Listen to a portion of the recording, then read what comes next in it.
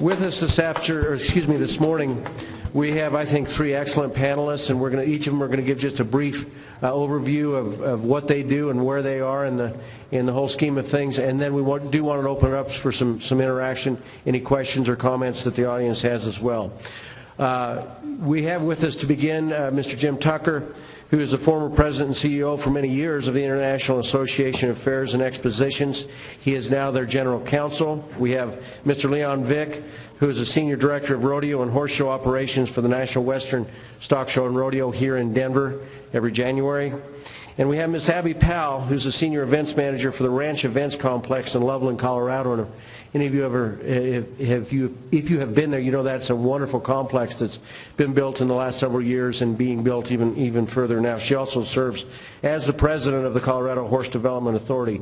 So first I'm going to ask Mr. Jim Tucker to come forward and introduce himself and give you a few comments. Jim? Thank you, Scott. I'm going to just shoot the breeze here for a little bit because there's a thing or two that the next two people on this panel have to say that's important, and I see there's a lot of folks out there getting their coffee so they can stay awake through it. I spoke to this group in 2013, and it's nice to be back. You know, as an outsider, I don't have DVM after my name on my name tag.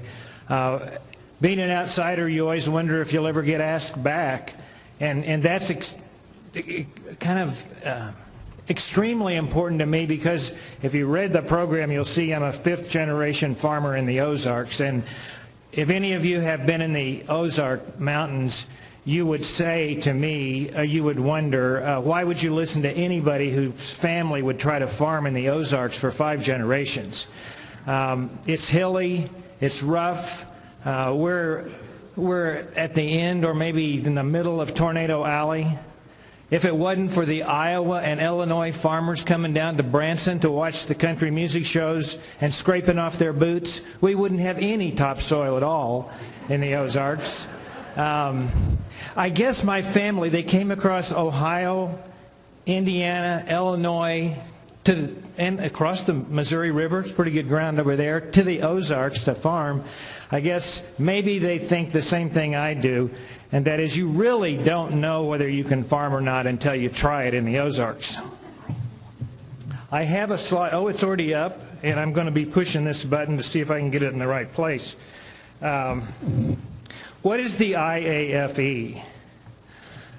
The IAFE is the International Association of Fairs and Expositions. We're member-based. We were formed in 1885, been around a long time, part of 3 centuries. Our headquarters are in Springfield, Missouri. They were in Chicago for many years.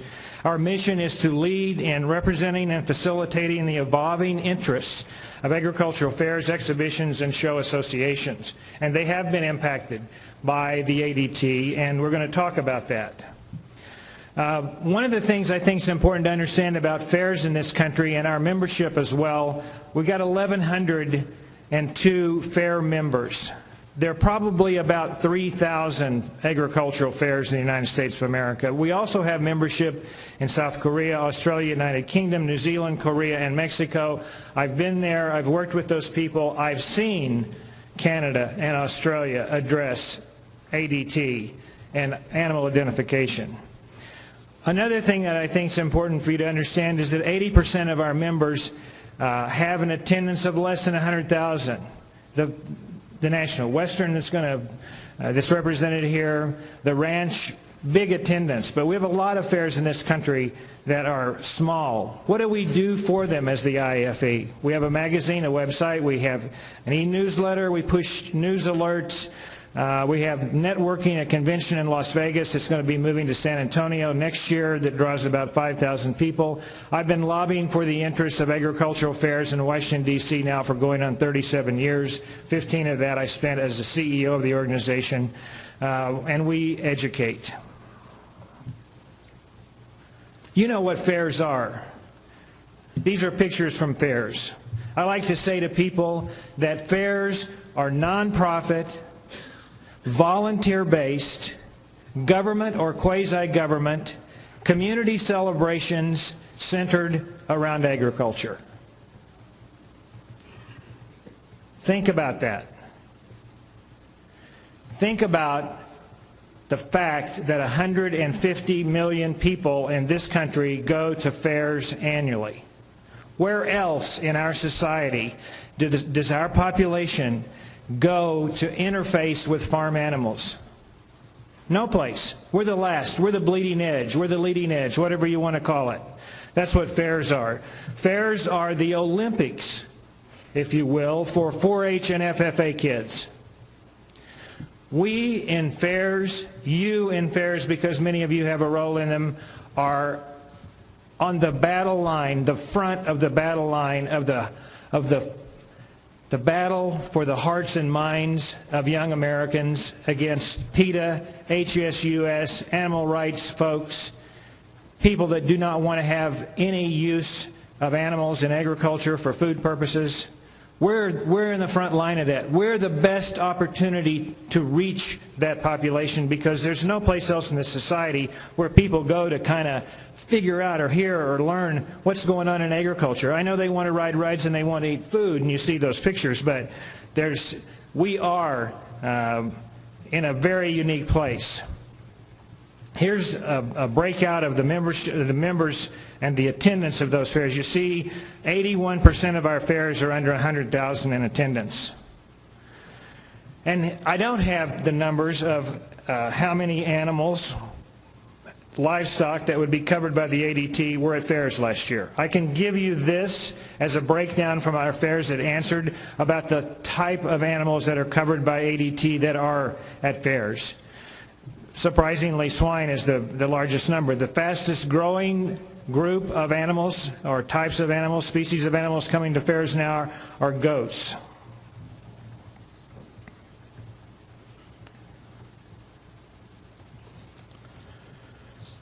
I want to put on my hat for a minute as a cow-calf operator. If you read the program, you'll know that I run a cow-calf operation and diversified one with some row crops in southwest Missouri. I get animal traceability. I get the global market. I've been around the world in this international association, and I went by a slide that shows where we are. You've got the United States, you've got Canada, you've got the United Kingdom, you've got Asia, Australia, New Zealand. I've been there. I've seen what it's like. I've seen, as I said, what they do to identify animals and carry those records forward. I also like to say, and it was in the last slide, kind of stole my thunder, 95% of the people, the population, 95% of the 7.2 billion people we share this globe with currently do not live in the United States. Our agriculture, our future will only be successful if we are successful in addressing animal identification and traceability. And I listened to my friends from Oklahoma and Arkansas, neighbors, yesterday talk about it's more than education. And I'll tell you a short story. Early in my law practice, I was driving down in the Missouri Ozarks to try to find a witness, and I was going down a little gravel road, and I went by a little pasture with a little fescue in it and some sprouts, more sprouts than fescue, and a few head of cattle. I pulled up to the house, and there was a fellow, too, a man and a young boy up on the roof of the house with a big wet blanket over the chimney. And I thought, oh my God, they've got a flue fire. It was in the fall. It was cool. And they just started their first fire. And I whipped in the driveway thinking I should be a good guy and try to help. And I said, what's going on? Can I help you? And he said, no, you can't help. The old lady won't let us change the TV channel, and we're smoking her out. Now, I'm here to tell you, that guy is not going to voluntarily put an RFID tag in a calf's ear out there in his field. I don't care whether it's low frequency or high frequency. He ain't going to do it. So we got to have some teeth in what we're doing. Now, let me move on to my lawyer hat for a minute and direct some of these comments at, and they're not here, the drafters of this regulation that went into effect in 2013. You know, I think as I began to talk about that, about the slide that Dr. Rohr put up in here yesterday, showing the United States and where the animals come from that come to the National Western. Leon's going to talk about that. It's like, holy crap. Talk about an opportunity to vector disease. Fairs, shows, exhibitions are the Petri dish. I mean, we've got it going for us in that regard. Now, you got to think when you look at the ADT rules, think about the fact that fairs are not a place where animals are commingled to set price and to accommodate transfer of ownership. That's not our deal. We don't do that. Maybe a little bit, but very little. The ADT rules, in my opinion, as an attorney, were written for the marketplace. When lawyers look at regulations and statutes, they kind of approach it from, when my client gets in trouble, what am I going to do? I'm going to slip on past that slide. And so, when you look at that, you look at what are the enforcement mechanisms of a law, a regulation, and who's the gatekeeper? Okay? What's the enforcement mechanism and who's the gatekeeper? So you look at this and it's pretty simple. The idea of animal identification. We'll ID the animal. We'll tell you how to do it. We'll do an ICVI and put the identification information on it. We'll send it to the state vet of the state of origin of the livestock. He'll send it to the state vet of the destination of the livestock. And there'll be a record keeper that the cattle or sheep or goats or whatever is covered got there, and they're required to keep it for 2 to 5 years depending on what kind of animals they are. Okay, look at the regulation. The regulation says that the gatekeeper is the same person in many situations, if not all, as the enforcement mechanism. And the enforcement mechanism is you've got the recording, and then you've got the statement that nobody will move or receive livestock that don't comply with 9 CFR Section 86. If you look at who the recorder is supposed to be, it's an approved livestock facility. That's who's got the obligation to record that and keep the records for 2 to 5 years. Fairs, by the definition in the regulation, are not approved livestock facilities. And it's important. And I think they're not for a reason. Number one, approved livestock facilities, when you read the regulation, are really places that have a sale every week. And secondly, they require that a veterinarian be present. And I heard you guys talking, the fellow from Alabama yesterday, about it's hard to keep him there all day. But there's required to be an accredited veterinarian or state health official at those facilities. Why? Because when the ICVI is presented and the decision is made about whether it's been complied with, it's done by a professional. Many times at the fairs around this country, when the ICVI comes, and I should stop and say for a moment, small percentage of the cattle that and livestock covered by ADT that go to fairs are interstate, most intrastate. What does that mean? That means if this is going to be addressed effectively, it's going to have to be addressed at a state level. Okay, but let's go back to where I was and talk about the accredited veterinarian being at the approved livestock facility, but most of the time not being at the fair. We can't find them. I see Tony Forsty from Ohio sitting out here, and I know he's got an obligation. He's required by his regulations. He's pushed that every fair has to have a veterinarian present. But think about this. Some little kid with a gleam in his eye with this heifer he's been doing everything with and sleeping with for the last 6 months pops up at the fair with his CVI. It's not complete like it's supposed to be. Some volunteer at the fair who runs the grocery store during the day or works at Walmart, has a kid, came out to help at the fair, gets it handed to him, and he's got to tell the kid, no, you got to take it home. He's the enforcer. He's the gatekeeper. It won't work. We need veterinarians at fairs. at every fair in order to do the job. I want to say this, and then I'm going to sit down. We don't want to be the problem. We don't want to be part of the problem. We want to be part of the solution. Fairs are agriculture people, the salt of the earth, doing the best they can to feed and clothe and fuel the rest of the world. We need your help. That's the implication, I think, that it has on fairs, exhibitions, and rodeos, and I'm going to turn it over to Abby, I believe, is next, to talk about what we are doing, and it's remarkable, making a lot of progress. Thank you for your time. Thank you, Jim, and I think you brought up some very good points that I think now Leon and Abby will probably further with some more on-the-ground experience. Our next presenter, our next panelist is Leon Vick. Leon is a Colorado native, been in rodeo, I think, all your life, and now, of course, runs one of the biggest and best rodeos and horse shows in the country through the National Western Stock Show. So I think when his presentation comes up, we'll hear from Leon a little bit more about the stock show and just the magnitude of that. Leon, welcome.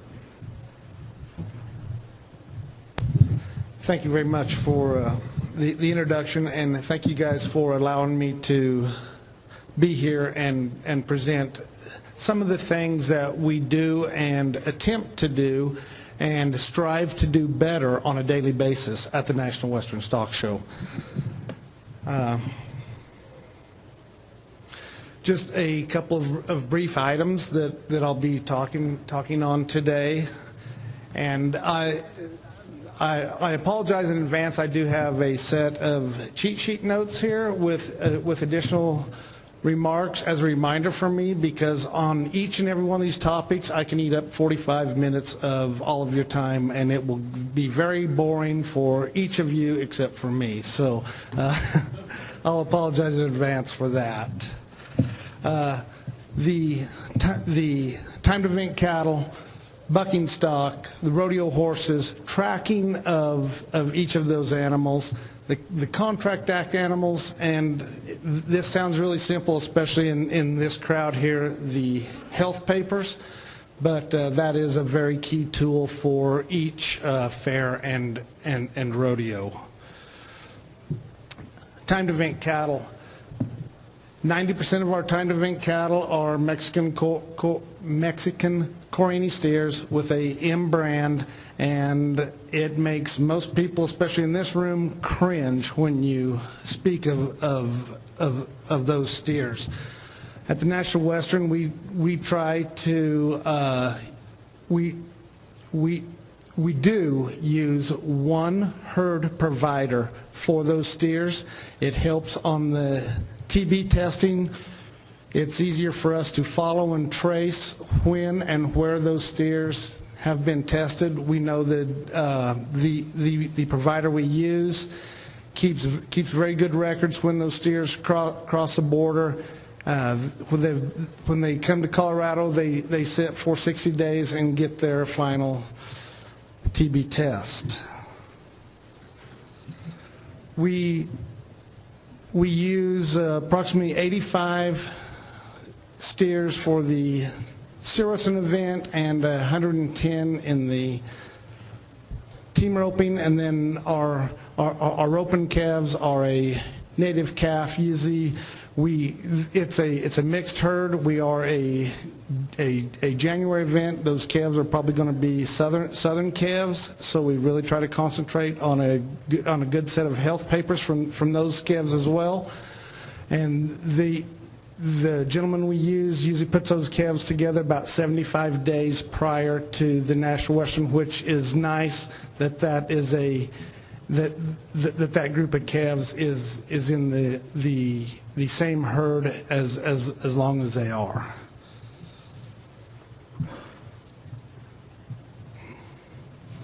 Our bucking stock. This is a challenge for us each year on the papers. We use multiple contractors. We use up to 15 providers for 350 head of bucking horses. These horses come from the United States and from Canada, so it's really nice to have that quality set of papers on on those horses. This seems really easy to do, but this causes me a lot of heartburn. These horses not only come from 15 different providers, but these horses within the last 60 days were standing next to an additional set of horses that came from God only knows where, another 25 states probably. So we do try to keep a very close tab on those. The bulls, we use about 150 head of bulls, including the PRCA rodeo and our PBR event. Bulls are very touchy. We try to house them. We use the same pens for those, but we try to prevent any nose-to-nose contact or shared water with the Mexican steers. We have had issues in the past, and we're trying to avoid that in the future. Rodeo horses. This is a interesting group, and as bad as it sounds, we simpled everything down and got a better compliance from these as we ever have. Each rodeo horse that comes to the National Western Grounds has to have a current set of health and Coggins papers and sign a declaration sheet. We'll get into I'll show you the declaration sheet in a minute. These horses are not there for a very long amount of time. They're there for a day, maybe a night or two at the most, and then they change over to another set of horses. There's approximately 450 to 500 head of those horses that rotate in and out of our grounds in a 16-day period. Tracking of these horses, this is our declaration form. It's pretty easy, it's pretty simple, and it's a great tool for us. Each horse that goes into a stall has to be on a declaration form. It does not go on owner, it goes on trailer. So you can have multiple owners if they trailered together. The main information we're looking for on this is contact, if something should happen, and where did that horse come from before he got to Denver. We have had an issue in the past. Carl can testify to this, and we've tried to learn from the situation that happened in Ogden several years ago. Where did that horse end up coming from? Where is he going to? That's the information we're after on this. When I said we simplified it, asking for health papers for rodeo contestants, you will get them, but it's like pulling teeth. I mean, you're asking for their firstborn. You're asking for information they shouldn't have to give to you. You ask them to end up filling this out, and they're tickled to do it. That it's almost like a badge of honor, because I just came from Fort Worth for the second time this week. So that simple tool is a very good tool for us. Along with this information, we end up tracking the stalls that the horses are in. I can tell you what horse was at Denver on what day and what stall he was in. We don't need that information on a regular basis, and I hope we never do need it. If there's an outbreak of something, we would like to know what horse was stalled next to, across from, behind the horse that is a issue horse. This, as well as a flowing chart for our stalls, is those are the tools that we have that we hope we never use. The prevention, it's a simple deal, especially in this crowd here. We always give our contestants and horse exhibitors, all of our livestock exhibitors, a simple gift. This last year we was thinking on the prevention side, this was a gift that we gave them, a digital thermometer. It happens fast, easy. 90% of your rodeo contestants probably never take their temperature of the horse, and even more than that would not know what the normal temperature of a horse is. We put our logo on there so that, of course, we get credit for it, as well as a normal range temperature of a horse. We ask each person that receives that to temp their horses on a daily basis while at the National Western. If we get them to temp them once, that's a win, because as a rule, most contestants do not. So I think this tool will help us in the prevention and spread of anything. Contract Act horses. This is the culprit that almost got the National Western in a bind a few years ago. For fairs and rodeos, this is the animal that probably is the forgotten animal. We hire these people. We hire them. We don't require them to do the same regs and specs as your contestants or your exhibitors. You don't get a good set of health papers on them. You don't do a traceability on them to find out where that horse ended up coming from. That's Mo Buddy. He's been here for 15 years. He ends up knowing what's going on. That's your culprit. A rodeo horse is at your facility for a day, maybe two. He's running up against another 50 to 75 head of horses is all he's going to be in contact with. These animals are at your event from about 2 to 3 days before it starts until the last day it's over. Every animal on the complex comes in contact with this animal, and that's the one that we don't even think about. So we had a wake-up call, and we pay a little closer attention to these animals as we're moving forward. The health paper, it's a great tool. As I just learned, Dr. Rohr showed the traceability of the National Western on a slide just yesterday. It's amazing where those health papers end up coming from. This is a wonderful tool. Most events do not use it. When I say that, most rodeo events do not use it. Rodeo might be a culprit within its own category.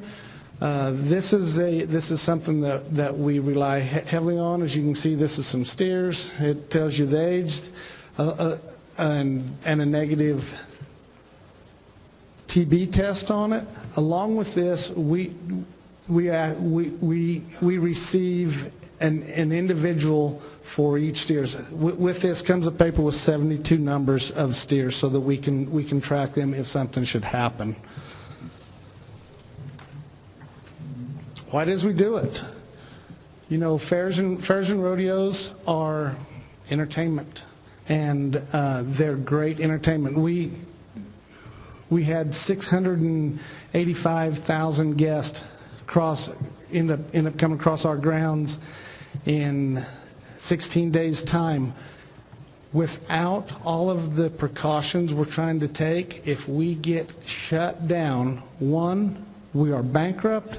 2, 685,000 people that do not get to touch ag are cheated out of that opportunity. Thank you.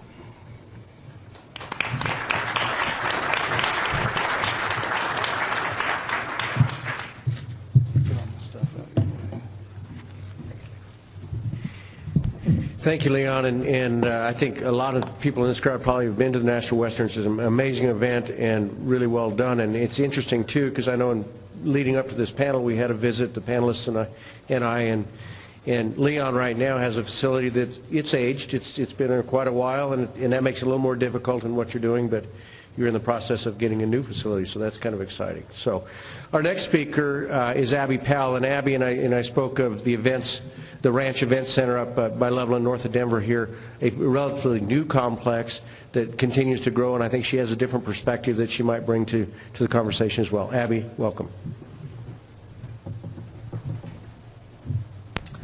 Well, thank you. Boy, when Katie called me and asked me to speak, I thought, with this group. I am definitely out of my box here. I am the horse girl that came to speak to you all on our facility and what we do with events. The only letters after my last name in my title are M-O-M, which I am very proud of. But yeah, I'm going to hopefully scare you a little more. Boy, we don't sound like we have a great control on things, but we are a group that would like to head in the right direction, that's for sure. So hopefully we can give you a good perspective of what we do. I'm really going to focus on the facility and the facility management side of things.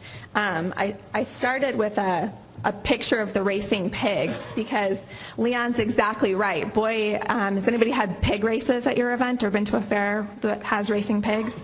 When I brought this group on, they only had racing pigs. They had dachshunds along with it, which, boy, was that even more fun. So we are the group of fun up here. We do racing pigs. We have rodeo performances. The real scare that scares me when I bring it to the fair every year is the bucket calf show. Who's familiar with having bucket calf shows? All of these wonderful kids bring in these little calves who are all most likely, most of them brought from a production facility. They bring them, they expose them to everything at the fair, and boy, a couple hours later, they take them right back and put them right back in with everyone else, right? That is exactly what happens. And let me tell you, when Jim was talking about that volunteer or that vet checking in those bucket calves at the fair, try turning away that 5-year-old because that CVI isn't right, or that calf has a little bit of a snotty nose, and I don't think we should allow you to show today. That's what we're up against. That's what we're up against. So we have all of these fun events. And all of it seems wonderful and good until I'm not sure I can click on my link, but I'll tell you what the link is. It is the latest news of the fair that was shut down just last weekend, September 23rd, for a case of swine flu. So we go directly from being all fun and games to the reality that most of us want to avoid, which is having something like the swine flu, having kids in the hospital with swine flu symptoms and flu-like symptoms, and the kind of PR that brings to not only the agricultural industry, but particularly to our facility. But we control that, right? We're going to do all of the vets inspections coming in, or we have a vet on grounds checking in every single 4-H animal, looking at them, seeing what they do. We're taking precautions of separation, just like Leon said. We think we all have all great in our minds. We're separating everything. We're sanitizing in between. That MOM title gave me a whole new perspective because the reality when you have all of these groups of animals together, those two right there, the one on the right belongs to me, and that's his best friend in the whole world. They touch everything at my entire grounds. Come out to the fair. They want to touch the racing pigs.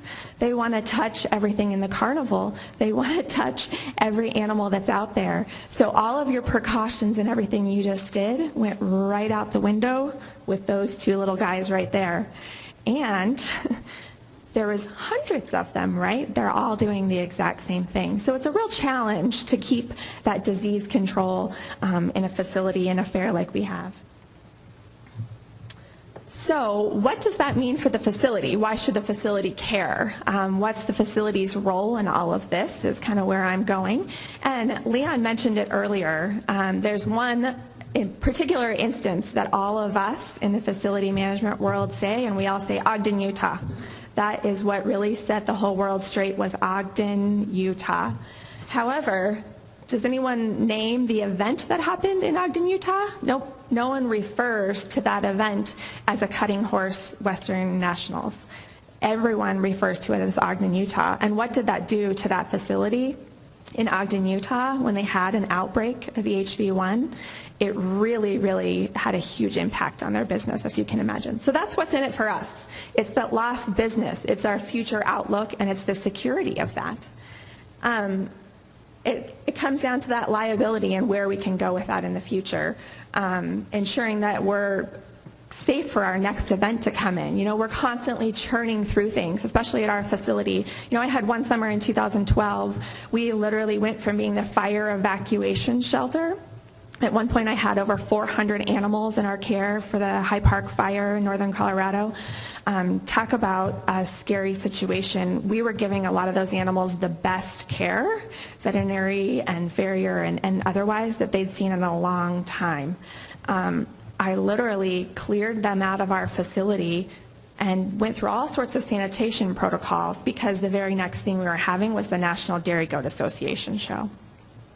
Brought in all of those dairy goats who did have a lot of protocols in place, but cleared them right back out and brought in our county fair. So all of that happened in the month of July in 2012. So we have to be really cautious about what we're doing and how much we're bringing through our facilities.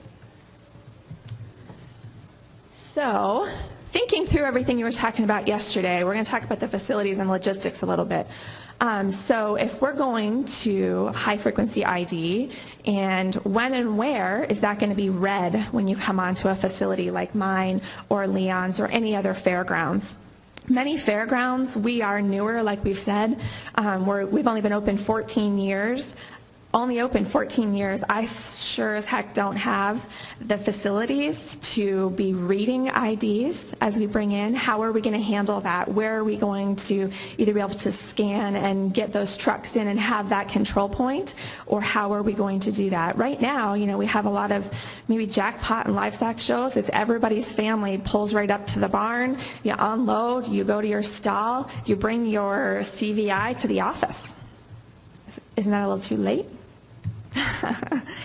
I would say it is, but we don't have those control points and those places in line to take care of that as they're coming in, and the logistics that creates. So whose job is it to enforce those requirements? I really thought about that a lot listening to all of this yesterday too. Is it the event organizer? Is it a facility? Is the state agency responsible for those? I think those are some things that we're all going to have to work together to decide who and how that's enforced when it comes to these events. There's a lot of other things to think about when you look at those logistics. A lot of my hat in this was thinking about not only the fair that we run in the end of July and August, or other events that I do like the Circuit Finals Rodeo coming up, where I'm with Leon, I know exactly where all those horses were stalled and where they were and where they're going to be next. The scary part is all of the events that I have in between where I don't know where, boy, talk about bringing in a team roping over Labor Day weekend, USTRC finals. Those guys are coming in, bringing their horse for one night, leaving the next one. The event organizers don't even know who was in which stall. So that's something where we've got to plan ahead. How do you know if you were going to quarantine a group that you have concern over, especially in those times?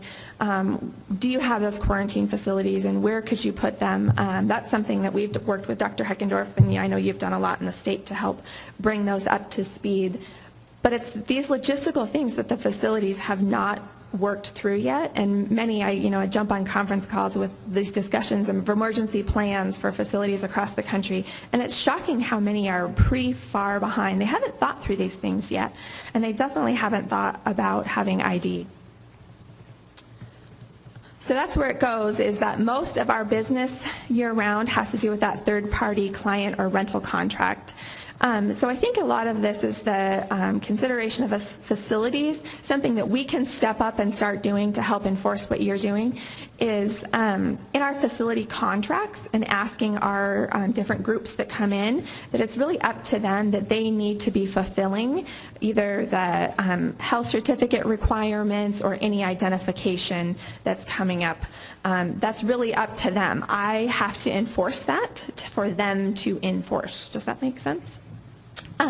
We also need to make sure and do a good job ensuring that every contractor that comes in is aware of our facilities emergency plans.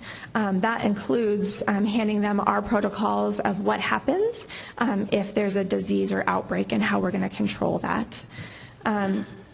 We also have to really work towards collecting accurate records of who was on property and where in your facility they were stalled, like I was talking about in the previous slide. Some events are easy. You know, you have a quarter horse show come in, they know exactly where everyone was stalled. This trainer had this group of stalls, this one was in this bank of stalls. Very different with the team roping. We also have all of these horses that were registered to maybe be in the event and are showing in the event. For every 5 at a good show that you say is showing in the event, I bet there's 2 or 3 that they brought just to bring them to town. Get them some experience, ride them in the pen, do all those things. They're not registered in the show, so we don't have tracking that those animals that were there. And then the other thought that really came yesterday was the frequency of events. I think people would be shocked by the Dr. Rohr's slide with how many animals came from other states to the National Western. Just thinking through probably the last 3 months of events at my facility, the number of events where not only were the horses and the participants coming from very much so across state lines, but the cutting that I had just a week ago, all the cattle came from Nebraska, and we're coming off a cow-calf operation in Nebraska, probably came through Wyoming down into Colorado, and they were headed to a feedlot after us. Many of them are yearling cattle, so not sure how ID'd they were. So that's something that all of us to think about, just to scare you a little more for the end of the day here. The next thing we're thinking about is that effect on the future facilities. We got to start planning that way as we're planning our facilities. How are we going to control these things? How are we going to do a better job? I'm sure as Leon's planning new facilities, boy, I always have the same things in mind. Something we're up against is what materials are we using? Are we building in quarantine areas? Are we making sure that we have less dirt floors and wood panel stalls and having a heck of a lot more areas that are easier to sanitize? And then, do we have the technology resources? You know, if we were to go out and be scanning all of these animals that come in through the parking lots, do you have Wi-Fi? Do you have connectivity? Do you have power? Do you have all those things that you need at that ancillary area before they get into your facility? And then where do you match that up, the costs of getting those facilities up to par as we continue to improve? One other thing I wanted to address are those accuracy and staffing challenges as we go into all of these events. My first thought is, do we have enough vets out there to be writing all of the health papers day in and day out? I'll tell you, when we were at the point of requiring health papers for every animal that came to our grounds, whether it was the VS or the EHV1 outbreaks that were out there, I heard from vets over and over, all I'm doing, my full-time job seems to be running up and down the road writing health papers. That's all I do these days. And I can't keep up. We were really going back to a lot of our events and suggesting, you know, a lot of people are burdened by trying to get health papers just to come to an event, especially if it's a more local or regional event. They think, oh, I'm going to pay my vet to come out just to write one health paper for 2 horses that I'm bringing. It's not really worth my time. For us, it was working really well to try and get the reverse. I suggested only have a 4-hour window. Normally anybody can come within this 2-day period. Nope, you got to be here within these 4 hours and have a vet there to check everyone as they come onto the grounds. Really have helped with that. But having those staffing challenges, and then who's qualified to look at those health papers, and are they accurately reading them? Do they know what they're looking for, and do you need to have a qualified vet reading those? Unless you're using an electronic ID, here's the real point, is you look at those health papers, and boy is it true when I run a national draft horse show in January, you look at those health papers and they say that they've got 6 black Percheron horses, no markings, solid black, their names are Jim, Joe, they all have about 3 or 4 letters and start with J, and they all come off of the trailer. Do I know that those 6 horses that are on that health certificate are the ones standing in front of me? Probably not. Probably have no idea, because I know they have about 100 at home. So how do you know that? And that is something that we're working towards, all of you that have been at the equine forums, of microchipping and going down that same road. But it's a challenge that we have. So where do we go from here? Livestock industries are all obviously pressing for better identification, better traceability. Can us facilities do our part and step up and start making these requirements? Obviously the famous question there is, who goes first, you or me, Leon?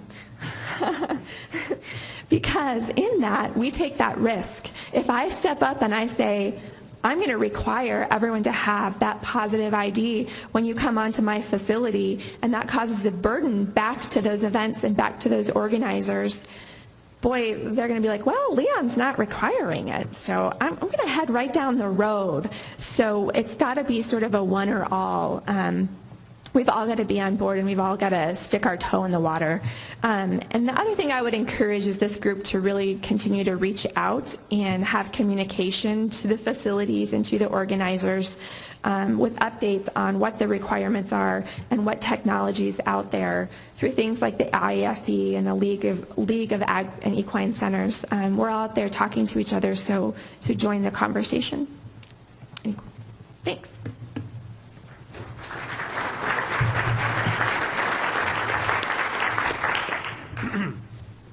Well, thanks to all three of our presenters. I think they gave a really good background. We do have about 7 minutes for questions. Katie and Ben, I think, will have microphones if there's questions from the audience. I do want to start with one question to Abby and Leon first, but then I want Jim's overall perspective. And that is, you mentioned electronic ID would make your lives a lot easier. How much is that being used within your facilities right now?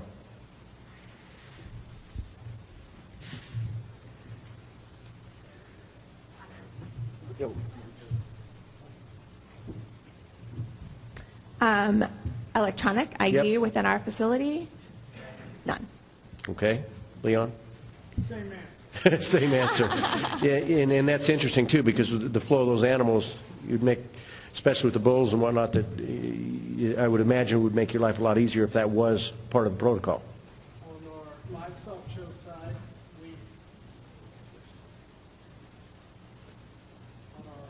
On our livestock show side, we have started to use electronic. On the rodeo side, the electronic version that we use is we started a email so that the rodeo contestants all carry their health papers on their phones, so they can send us a copy of those instead of just showing them to us. That's the electronic version. Okay.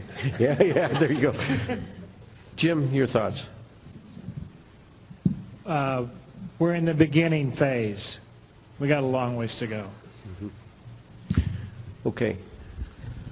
Yeah, my name is Jeff Baxter, and my daughters show some calves in Texas, and so we use EIDs on all of the calves that are validated and all that kind of stuff. But I think probably a vulnerability assessment that I would say needs to take place, particularly in those shows, is there's a very rigid process in when you check in animals and they're coming in and they're doing the IDs and matching everything up. When people leave, it's a free-for-all. And so you have no idea what steer or what heifer potentially gets in what another trailer, and then that animal heads off to another destination. And so when you're talking about, if something an incident were to happen at this particular, expo, and then try to track down those animals, I think what's interesting is there is a very rigid process. They want to know that the animals that show up are the ones that are supposed to show up. But then on the backside, I'm just telling you, it's a circus when you leave, and there's nobody checking animals which way they're going or any of that kind of stuff. So I think some type of vulnerability assessment of each expo would be interesting, because I think that would expose where the weak points are in the system. Thank you, Jeff.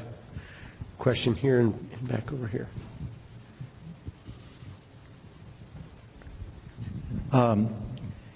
Abby and Tim and Leon, excuse me, that was excellent. Thank you very much.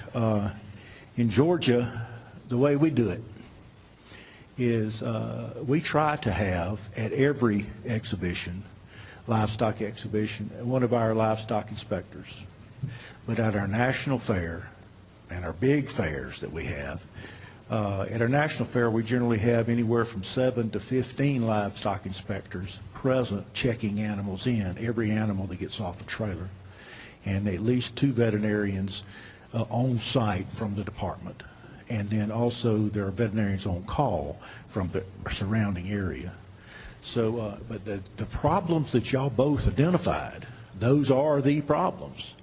And I would ask of you that people such as yourself that have large events and are in the know and are knowledgeable about these gaps, we'll call them, this is a popular word, share them with the little guys.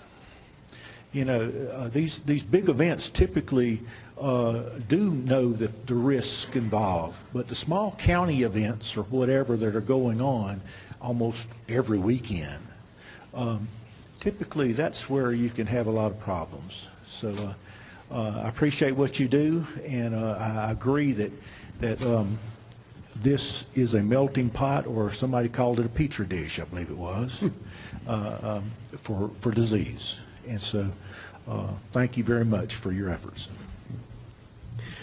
Okay, I think Dr. Hickam in the back has a question.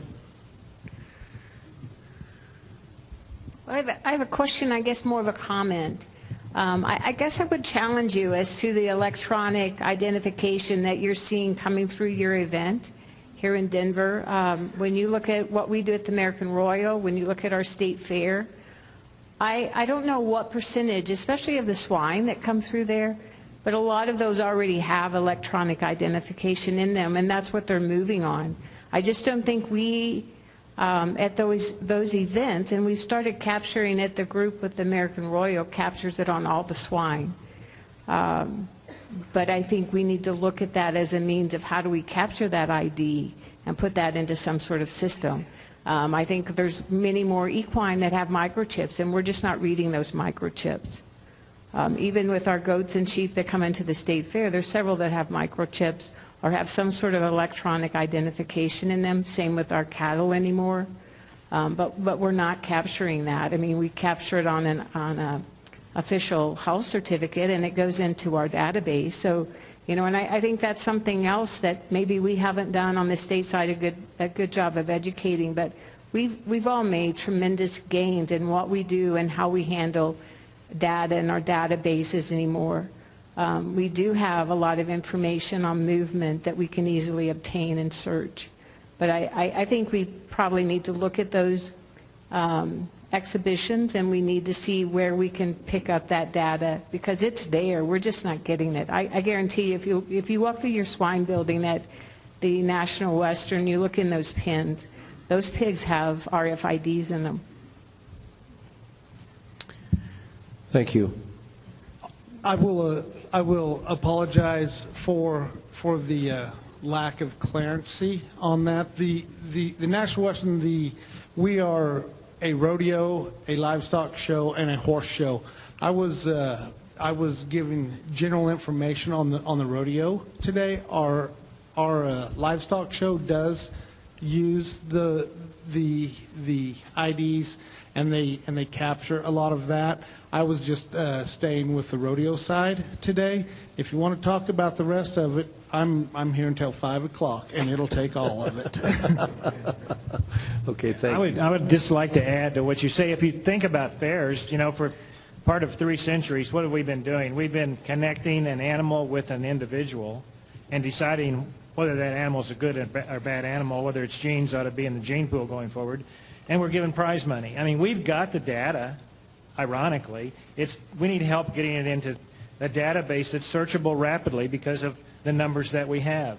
And we need veterinarians, congratulations, Georgia, to help get that job done. Great point. Dr. Rohr, I think, has a question. Actually, just a comment.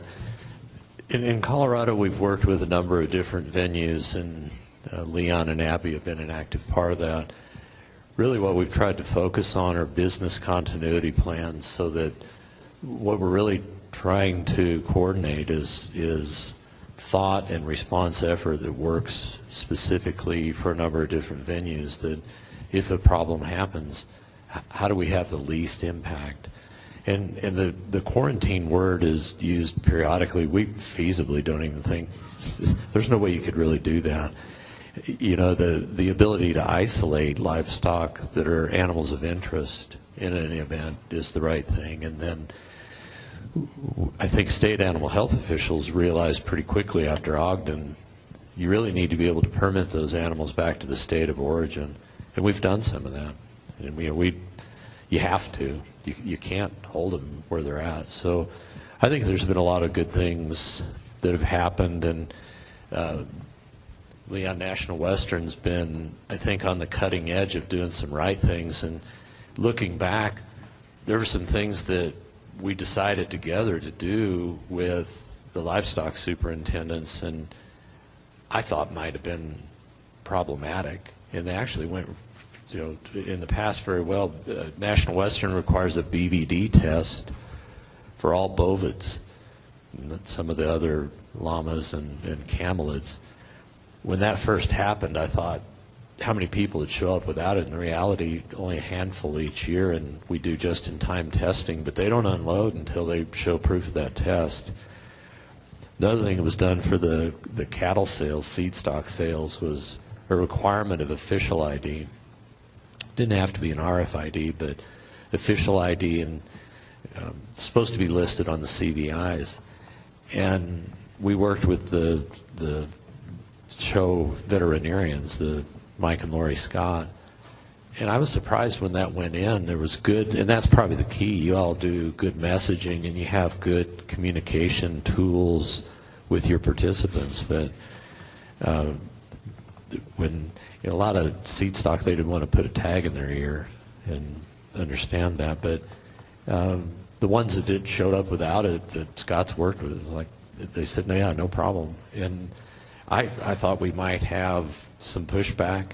I'm sure there was some that we didn't know about, but it was the right thing. And I think whatever the venue is, we've worked a lot with CSU Extension for smaller venues across the state.